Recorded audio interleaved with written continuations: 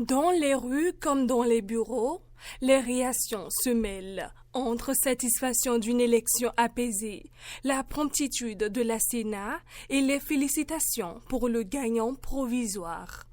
La Sénat a donné les résultats en moins de 48 heures.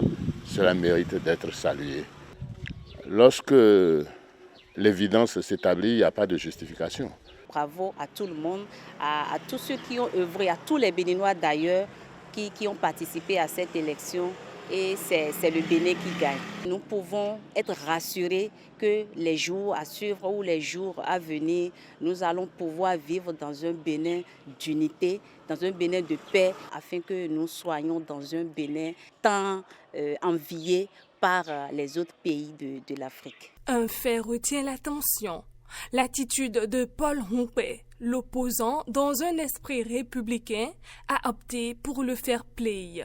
Un geste salué par plusieurs citoyens qui y voient un signal fort en faveur de la paix et de la stabilité.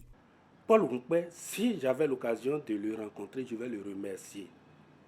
Il a mis les intérêts du Bénin au-dessus de ses propres intérêts. Il n'a pas attendu la proclamation des résultats avant de reconnaître son échec.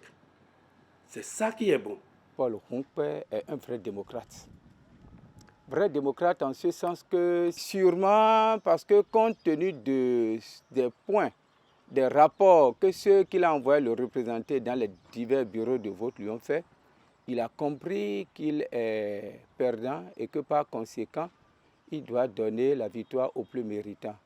Dans une atmosphère encore chargée d'attente, les regards restent désormais tournés vers la suite du processus, la proclamation finale de la Cour constitutionnelle, avec un mot d'ordre partagé: préserver l'essentiel, la paix.